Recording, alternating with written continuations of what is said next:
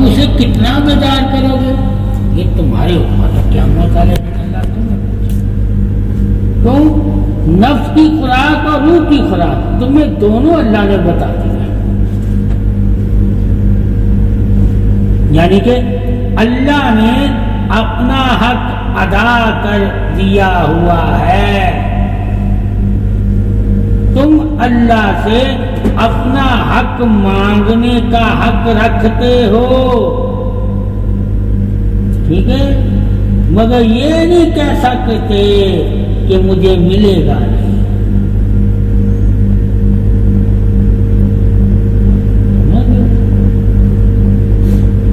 جب حق مانگنے والے کو یقین ہو اللہ کے ذات اور اس کے وعدوں پر، تو وہ بھی کہے گا نہیں کیا اللہ روزے محشر اگر اسے دنیا میں کچھ ملا نہ ہو تو اللہ کہے گا نا کہ میں نے تو حق دینے کے لیے تجھے حقدار بنایا تھا، حق دینے کے لیے تجھے حقدار بنایا تھا، مگر انسان کیا کہے گا؟ مجھے کیا پتا؟ اللہ کہے گا تجھے انسان بنانا ہی تو حقدار بنانا تھا، کیا بنانا تھا؟ انسان بنانے کا ٹھیک ہے، باقی تو جتنی چیزیں بھی تھیں ٹھیک ہے ان کو تو دنیا میں حق دے دیا گیا، آخرت میں نہیں۔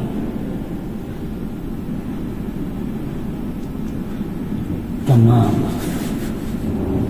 تیرا ہی حق میں نے رکھنا تھا نا آخرت میں دینے کے لیے، تو نے کوئی حق ادا کیا ہوگا تو آج مجھ سے حق مانگ سکتا ہے اپنے لیے، تو ہم اپنے لیے مانگتے ہیں اللہ سے،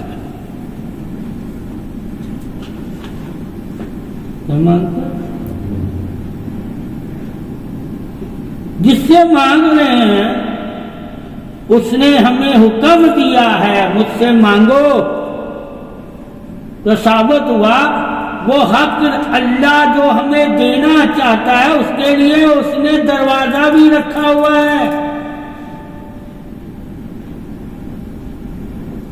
اور اس دروازے پہ جو دستک ہے وہ تمہاری دعا ہے، اور جب اللہ نے تجھے دعا کا شرف دے دیا تو وہ تمہیں دینا چاہتا ہے تو دعا مانگتا ہے، جسے اللہ دینا چاہتا ہے نا حق وہی دعا کرتا ہے، مگر اللہ سے وہی مانگنا جو اللہ تیرے حق میں تیری تعریف بنائے، کہیں ایسا نہ ہو کہ تو اس کا حق مانگے جس کا اللہ نے تجھے مانگنے کا حکم ہی نہیں دیا، ٹھیک ہے، وہ کون ہے؟ نفس، کون ہے؟ نفس، جو اپنے نفسوں کے لیے مانگتے ہیں وہی تو گمراہ ہے،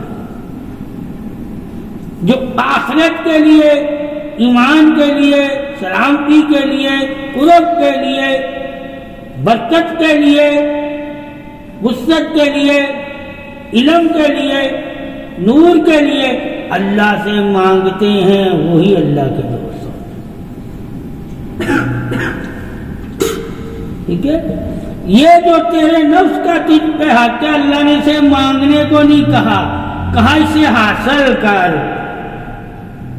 جس طرح پرندے اپنا رزق حاصل کرتے ہیں، حاصل کر کے پھر شکر کر، اگر نہیں حاصل ہوتا تو صبر کر، یہاں صبر اور شکر کا کہا جس طرح پرندے کرتے ہیں، مگر مانگنے کا نہیں کہا۔ یہاں مانگنے کے لیے طریقہ اور ہے، اللہ مجھے طاقت دے، تاکہ میں اپنا رزق حاصل کروں. ٹھیک ہے؟ اللہ مجھے ایسا شعور دے تاکہ میں ان رستوں پہ چلوں جن رستوں پر تو نے رزق رکھا ہوا، ان لوگوں کے ساتھ چلوں جن لوگوں کے ساتھ تو نے برکت رکھی. یہاں دعا مانگتے دونوں طرف دیکھنا ہے اور ایسے لوگوں سے پناہ دینا جو ہاستی ہیں. ٹھیک ہے؟ کچھ چیزوں میں مانگنے میں آپ نے اچھے اور برے لوگوں کا دھیان رکھنا ہے، اور کچھ جو مانگنا ہے اس میں کوئی دھیان نہیں رکھنا. وہ نور ہے، ایمان ہے، کسی کا بھی. ٹھیک ہے؟ تو یہ مانگنا تمہارا حق ہے. کیا؟ ٹھیک ہے؟ ایمان. تمام عبادتیں، تمام ریاضتیں، تمام نیکیاں، تمام انبیاء کے علم جو تمہیں دیے گئے ہیں وہ دیے اسی لیے گئے ہیں تاکہ تم اللہ سے مانگنے والے بنو. وہ بھی تو اللہ سے ہی مانگتے تھے.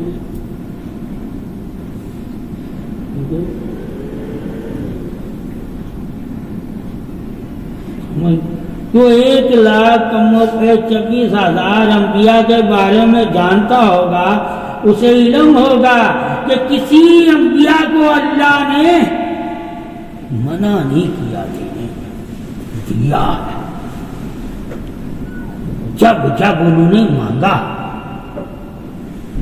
ٹھیک ہے؟ تو اس کا اللہ سے مانگنے میں یقین کامل ہو جائے گا. ٹھیک ہے؟ اور پھر کسی جانور، کسی پرندے، کسی مچھلی، کسی نے بھی اگر اللہ سے مانگا ہے تو اللہ نے انہیں بھی منع نہیں کیا. ٹھیک ہے؟ اللہ انہیں بھی دیتا ہے. پھر کوئی کافر، منافق، مشرک، یہودی، نصرانی، کوئی بھی انسان ہے اس نے بھی مانگا ہے تو اللہ نے اسے بھی دیا ہے، چاہے وہ ایمان رکھتا ہے یا نہیں رکھتا، اللہ کو پہچانتا ہے یا نہیں. یعنی کہ اوپر کے ذریعے بھی، شرک کے ذریعے بھی اگر وہ مانگ رہا ہے، یعنی کہ بت پرستی کر کے بھی وہ مانگ رہا ہے، تو پھر بھی اللہ کہہ رہا ہے میں اسے دے رہا ہوں. وہ بت اسے نہیں دیتے.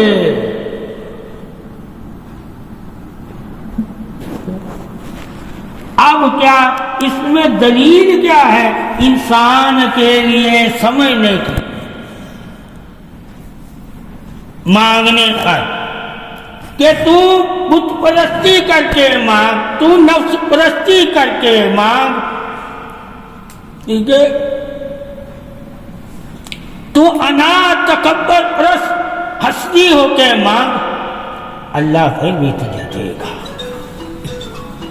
ٹھیک ہے؟ چاہے تو اس پہ ایمان رکھتا یا نہیں، اللہ دینے والا ہے. مگر جو اللہ کو جان کر، اللہ کو مان کر اور اللہ پہ ایمان رکھ کر مانگتے ہیں،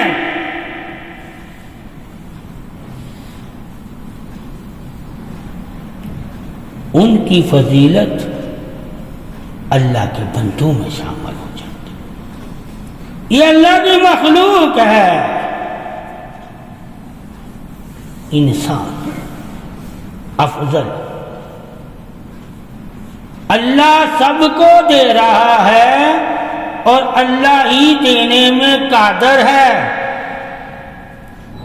اور کوئی نفس چاہے جاندار ہے یا بے جان ہے وہ تمہیں نہیں دے سکتا. کیوں؟ اللہ نے اسے دینے میں قادر نہیں بنایا. وہ اتنا ہی تجھے دے گا جتنا اس کے پاس ہوگا.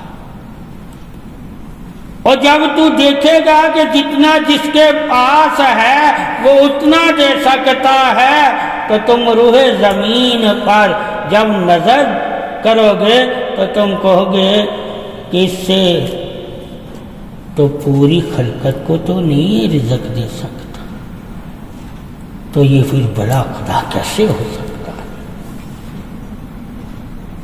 ٹھیک ہے، اللہ تو کہتا ہے میں تو تمام مخلوق کا رازق ہوں، یہ تو صرف کہتا ہے جو مجھے ملا اس کا میں رازق ہوں، جو اس سے نہیں ملتا وہ اسے بھی دیتا ہے، اور وہ کیڑے مکوڑے سانپ بچھو کبوتر سب کو دیتا ہے۔ اے انسان تو چند کو دیتا ہے، اب چند کو دینے والا خدا نہیں، اللہ وہ ہے جو سب کو دیتا ہے۔ اس لیے کہتے ہیں کہ کسی کو بھی دینے کی وجہ سے خدا نہ کہنا،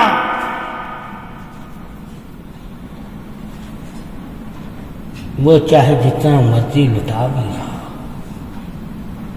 وہ اللہ کے دیے سے لٹا رہا ہے جتنا اللہ نے اسے دیا ہے، مگر جس کو اللہ کا پتہ ہوگا کہ اللہ کے پاس کتنا ہے، وہ کبھی بھی کسی بندے کو خدا نہیں مانے گا دینے میں، وہ کہے گا اللہ کے پاس تو اتنا ہے کہ ساری مخلوق بھی اگر اپنی اپنی خواہش سے بڑھ کر اللہ کے خزانے سے لے لے اور اللہ انہیں نواز دے بے نیازیوں سے، پھر بھی اللہ کے خزانے میں مکھی یا مچھر کے پر جتنا بھی فرق نہیں پڑتا، اور جس کے خزانے میں فرق نہ پڑے دینے میں اسے اللہ کہتے ہیں، اسے اللہ کہتے ہیں۔ تو مانگو اس اللہ سے جس کے خزانے میں کمی نہیں ہوتی، وہ چاہے ساری مخلوق ہی کیوں نہ اپنی مرضی سے خزانے اللہ سے لے لے، اللہ اگر تمام خزانے تمام مخلوق کو بانٹ بھی دے، پھر بھی اللہ کے خزانے میں مکھی کے پر جتنا بھی فرق نہیں پڑتا، مگر انسان کے خزانے میں فرق پڑتا ہے۔ جن کے خزانوں میں فرق پڑتا ہو ان کو خدا نہ کبھی کہو، وہ محتاج ہیں اللہ کے، محتاج ہے اللہ کے، اور جو اللہ کا محتاج ہو وہ کبھی اللہ نہیں ہوتا، اللہ تو محتاجی سے پاک ہے۔ اس لیے اللہ نے کہا میں نہ کھاتا ہوں نہ پیتا ہوں نہ سوتا ہوں، نہ میں نے کسی کو جنا اور نہ ہوں میں کسی کا باپ ہوں۔ یہ جو سورہ اخلاص اللہ تعالیٰ کی شان توحید بادشاہی حقیقت حق ہے، یہ وہ صورت ہے جو اللہ تعالیٰ کو سب سے زیادہ محبوب ہے طریق وحدت کے لیے، جس طرح محمد صلی اللہ علیہ وسلم کو سب سے زیادہ محبوب ہے سورہ کوثر، اسی طرح اللہ رب العزت کو سورہ اخلاص سب سے زیادہ محبوب ہے، اور وہاں بھی سورہ کوثر وہی کثرت سے پڑھتا ہے جسے محمد صلی اللہ علیہ وآلہ وسلم سے محبت ہوتی ہے، یعنی کہ محمد کی تعریف کرنا، اور جو محمد صلی اللہ علیہ وسلم کی تعریف نہیں کرتے انہیں ابتر کہتا ہے وہ انسان جو سورہ کوثر پڑھتا ہے، یعنی کہ وہ لوگ برے ہیں جو آپ صلی اللہ علیہ وسلم کے بارے میں کوئی بات کرے غلط، اور جس نے آپ صلی اللہ علیہ وسلم کے بارے میں کوئی حقیر بات کی ہو وہ اللہ کی نظر میں سب سے زیادہ حقیر ہے۔ یعنی کہ محمد صلی اللہ علیہ وآلہ وسلم کی شان کو کبھی بھی نہ گھٹانا، ہمیشہ بلند رکھنا۔ اللہ تعالیٰ نے یہ سورت کوثر اتاری اسی لیے تھی کہ قیامت تک مومن اور علم والے جان جائیں۔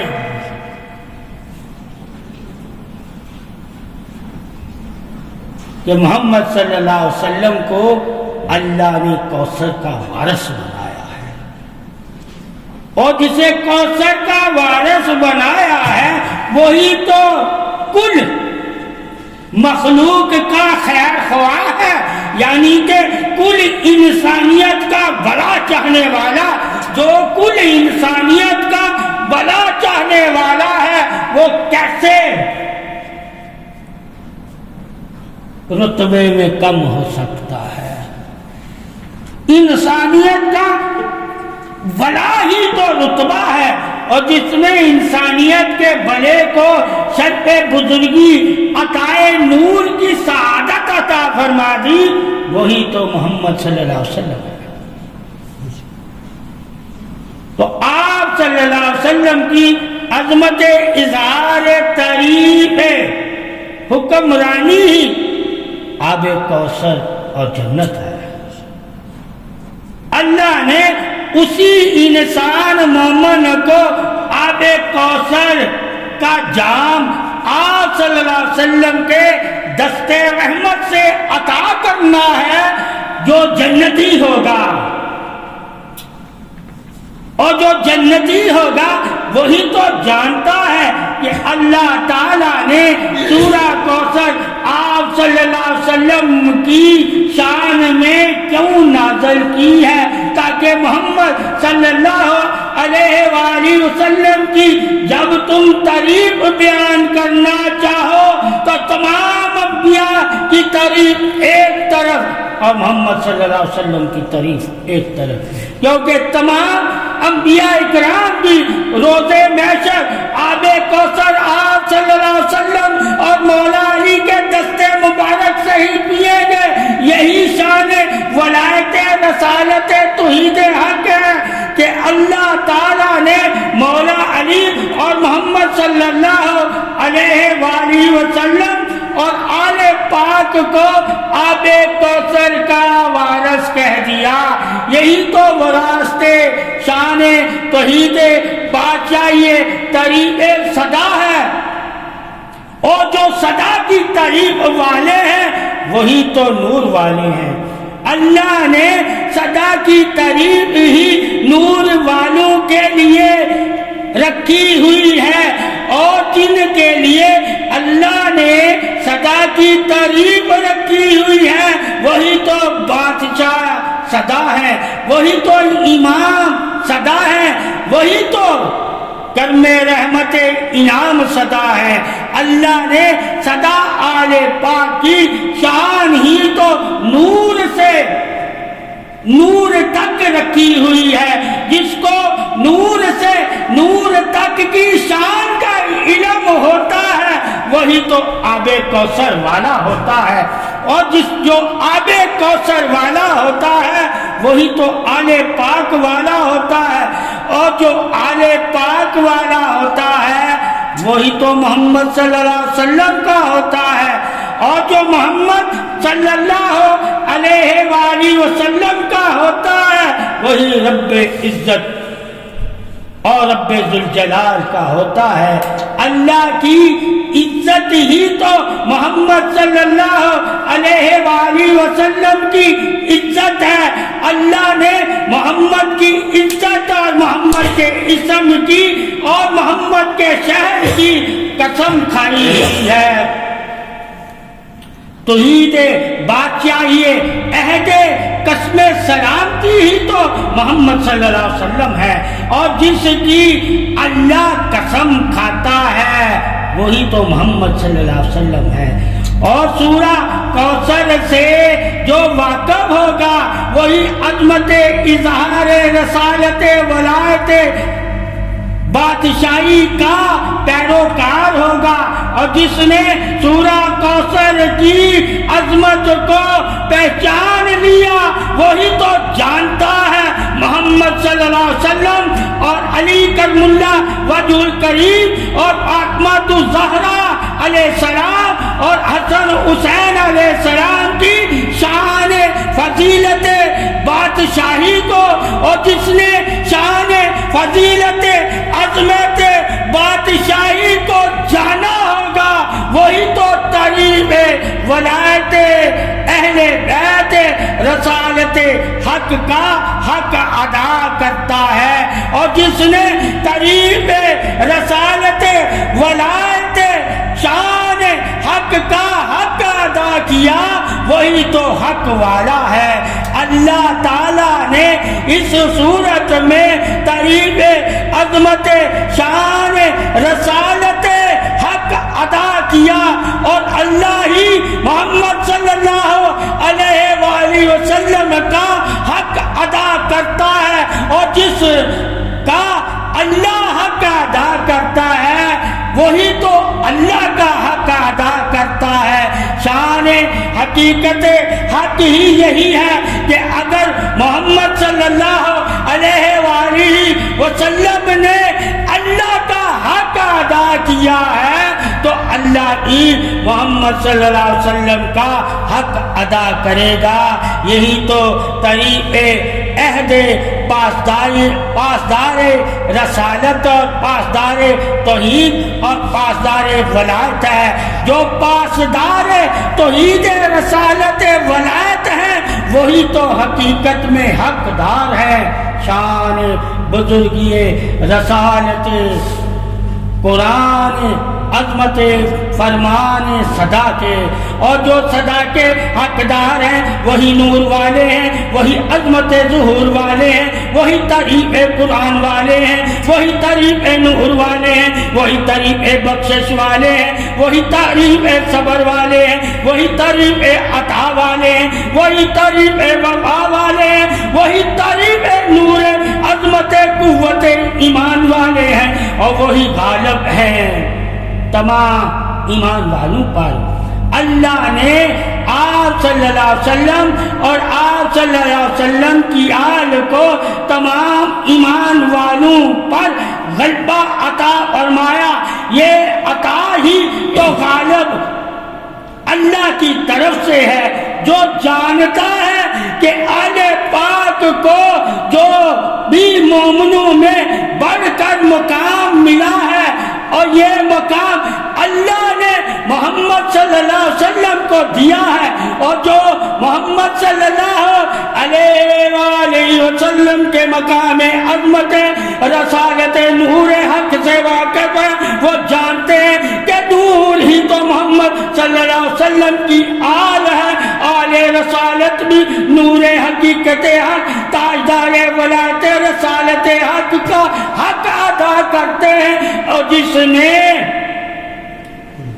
نور کا حق ادا کیا وہی تو نور والا ہے، اور جو نور والا ہو جاتا ہے اللہ بھی اس کو اپنے نور سے ہی نور دے کے اس کا حق ادا کرے گا، اور جب اللہ انسان کے ظاہر وجود پر ظاہر نور ظاہر کرے گا تو انسان دیکھ لے گا کہ کس کا نور ہے۔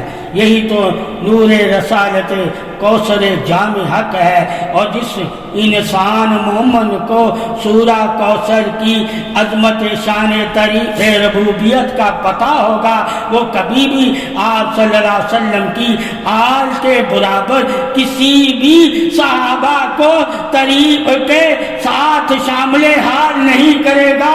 بے شک تمام صحابہ ہی طریق عظمت نور رسالت مبین کے پیروکار ہیں، اور جو پیروکار ہیں وہ تو طریق عظمت رسالت شفاعت پروردگار ہیں۔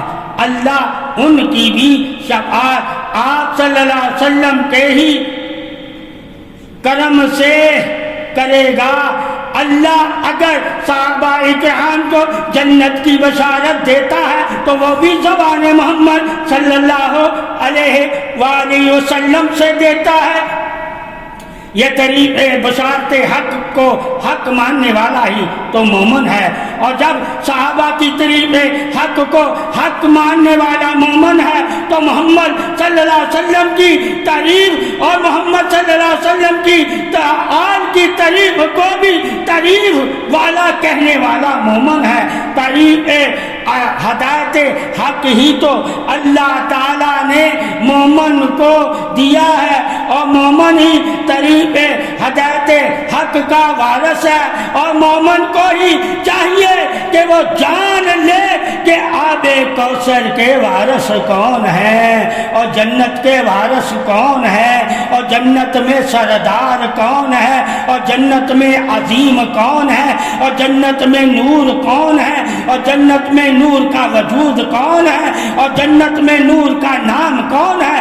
اللہ تعالیٰ نے جن کے ناموں کو اپنے نور کے پردوں میں لکھ کر اپنے نور سے رکھا، وہی تو آل محمد صلی اللہ علیہ وسلم ہے۔ جو جان جائے آل محمد صلی اللہ علیہ وسلم کی عظمت نور بادشاہی کو، وہ جانتے ہیں کہ اللہ تعالیٰ اور اللہ کے رسول صلی اللہ علیہ وسلم اور اللہ کے رسول صلی اللہ علیہ وسلم مقام عظمت بادشاہی کے وارث ہے۔ اللہ نے انہیں آب کوثر کا وارث بنایا۔ جو جانتا ہے کہ آب کوثر کیا ہے، یعنی کہ قیامت کے دن پیاس بجھانے والا، وہ جانتا ہے کہ اللہ کے نبی ہی تو پیاس بجھانے والے ہیں۔ جب کوئی تمہارا مددگار نہ ہوگا،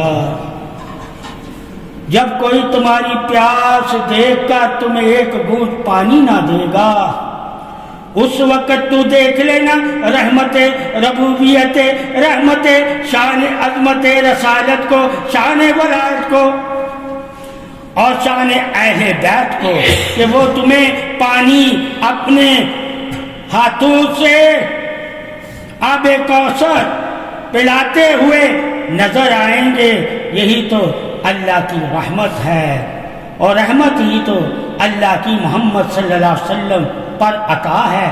آپ صلی اللہ علیہ وسلم پر جو اللہ نے آب کوثر کی صورت میں عطائیں فرمائی، یعنی کہ سورہ کوثر عطا فرما کے جو تعریف فرمائی، وہ کسی اور نہ انبیاء کی ہے نہ رسول کی ہے۔ اللہ نے سورہ کوثر میں آپ صلی اللہ علیہ وسلم کی ایسی تعریف فرمائی جو پہلے کسی اور انبیاء کے ساتھ تعریف نہیں ہے۔ یہ عطا ہی تو کل عطاؤں پر غالب ہے۔ اللہ تعالیٰ نے آپ صلی اللہ علیہ وسلم پر جو عطا کی، وہ عطا آپ صلی اللہ علیہ وسلم نے اپنی آل کو دی، اور جو عطا آپ صلی اللہ علیہ وسلم پر، وہی آپ صلی اللہ علیہ وسلم کی آل پر، اور آل ہی تو چاہتی ہے کہ تم جنتی ہو جاؤ اور جہنم سے دور ہو جاؤ۔ اللہ کی شان اگر تم جاننا چاہتے ہو تو سورہ اخلاص پڑھا کرو، اور محمد کی اگر تعریف جان کر محمد کو ماننا چاہتے ہو تو سورہ کوثر پڑھا کرو۔ یہ دونوں ہی صورتیں سب سے عظیم صورتیں ہیں، اور سب سے زیادہ تعریف والی صورتیں ہیں، اور سب سے زیادہ ہدایت اور نور والی صورتیں ہیں۔ ان صورتوں میں ہی ایمان بادشاہی توحید ہے، اور ان صورتوں میں ہی شان تعریف رسالت مبین ہے۔ جو شان تعریف رسالت مبین کا حقدار ہوتا ہے، وہی تو وحدہ لا شریک کا وفادار ہوتا ہے۔ جو وحدہ لا شریک کا وفادار ہوتا ہے، وہی تو شان رسالت ولایت کا حقدار ہوتا ہے۔ یعنی کہ اللہ اور رسول اور مولا علی اور اہل بیت کی وہی تعریف کرتا ہے جو تعریف عظمت سورہ اخلاص اور سورہ کوثر سے واقف ہوتا ہے۔ اللہ کی بھی تعریف اے مومن تیرے اوپر لازم ہے، اور شان رسالت مبین کی بھی تعریف تیرے اوپر لازم ہے، اور محمد صلی اللہ علیہ وآلہ وسلم کی آل کی بھی تعریف تیرے اوپر لازم ہے، اور اتباع کرنے والے صحابہ کرام کی بھی تعریف تیرے اوپر لازم ہے، اور پیروی کرنے والی امت محمد صلی اللہ علیہ وسلم کی بھی تعریف تیرے اوپر لازم ہے۔ تعریف نور بادشاہی توحید رسالت ولایت حق ہے، تعریف نور بادشاہی توحید رسالت ولایت حق ہے۔ جسے نور ملا ہوگا اللہ کی طرف سے وہی تو تعریف کرے گا، اور جس نے تعریف کی وہی تو نور والا بنے گا، اور جو نور والا بنا وہی تو محمد کے قرب والا ہوگا، اور جو قرب والا ہوگا وہی تو حقدار آب کوثر کا ہوگا، اور جو حقدار آب کوثر کا ہوگا وہی تو مومن ہوگا۔ اللہ نے آب کوثر صرف مومنوں کے لیے انعام رکھا ہوا ہے، اور منافق اس نام کا حقدار نہیں۔ منافق کے لیے تو اللہ نے جہنم میں عذاب رکھا ہوا ہے۔ منافق بھی یہ بات جان لے کہ اللہ تعالیٰ پوری انسانیت میں کافر ہندو منافق یہ جان لے کہ اللہ تعالیٰ نے انسان کو جب کفر، حدت اور گمراہی کی وجہ سے عذاب جہنم یعنی عذاب آگ والا دینا ہے، تو وہ آگ والا عذاب صرف اور صرف ان لوگوں پر ہوگا جو کفر کرتے ہیں، مگر منافق پر جو عذاب ظاہر ہوگا وہ تمام عذابوں سے ابتر عذاب ہوگا، یعنی کہ تمام جہنمیوں کی جو پیپ یعنی کہ گندگی گرے گی وہ ان کی اوپر گرے گی، وہ اس گندگی کے عذاب میں ہوں گے۔ تو جان لے کہ منافق کتنا گندا ہوتا ہے، عذاب میں بھی اور ظاہر جسم و جان میں بھی۔ اللہ تعالیٰ نے جیسے کسی کے اعمال ہوں گے یعنی کہ برے اعمالوں کے بھی عذاب کے اللہ نے درجے رکھے ہوئے ہیں، تو جان لے کہ منافق کا درجہ تمام عذاب والوں سے بدتر درجہ ہے، اور یہ درجہ جان کر بھی اگر کوئی منافق محمد صلی اللہ علیہ وآلہ وسلم اور محمد صلی اللہ علیہ وسلم کی یاد اور مولا علی سے محبت نہیں کرتا تو جان لے اس کے لیے اللہ نے اس پر کیسا عذاب رکھا ہوا ہے۔ عذاب ہی تو سب سے بدتر عذاب ہی تو منافق پر ہوگا، اور منافق کافروں سے بدتر ہیں، اور جو کافروں سے بدتر ہیں وہ کبھی بھی مومن کی صفوں میں شامل ہونے کی تعریف میں شامل نہیں ہو سکتا۔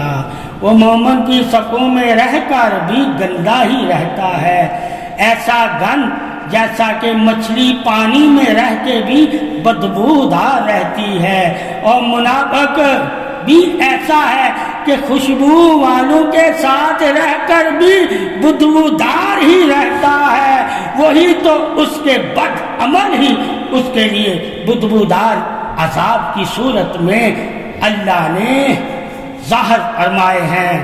اور جو اللہ رسول سے محبت کرتا ہے یعنی کہ سورہ کوثر اور سورہ اخلاص والا وہ طریق وحدت سے بھی واقف ہے، وہ طریق رسالت سے بھی واقف ہے۔ جو طریق وحدت اور طریق رسالت سے واقف ہے وہی تو طریق ولایت سے واقف ہے، اور جو طریق ولایت سے واقف ہے وہی تو محبت علی والا ہوتا ہے، اور جو محبت علی والا ہوتا ہے وہی تو طریق رسالت اور طریق ولایت اور طریق توحید والا ہوتا ہے۔ اللہ کی توحید ہی سورہ اخلاص ہے، اور محمد صلی صلی اللہ علیہ وسلم کی بخشش عطائے انعامی سورہ کوثر ہے. اللہ تعالیٰ نے سورہ کوثر میں ہی تو انعام کل گواہی حق رکھی ہوئی ہے اور سورہ اخلاص میں ہی توحید بے نیازی شان حق رکھی ہوئی ہے. اور مولا علی ہی تو حق والے ہیں. اللہ اور رسول مولا علی کے ساتھ اور مولا علی اللہ کے ساتھ، حق علی کے ساتھ اور حق والے علی کے ساتھ اور حق والا علی کے ساتھ اور علی حق والے کے ساتھ. یہی شان بزرگ، یہ رسالت ولایت توحید حق ہے. اللہ تعالی ہمیں سورہ کوثر اور سورہ اخلاص کی عظمت شان بزرگی سے فیض نور قلبی عطا فرمائے.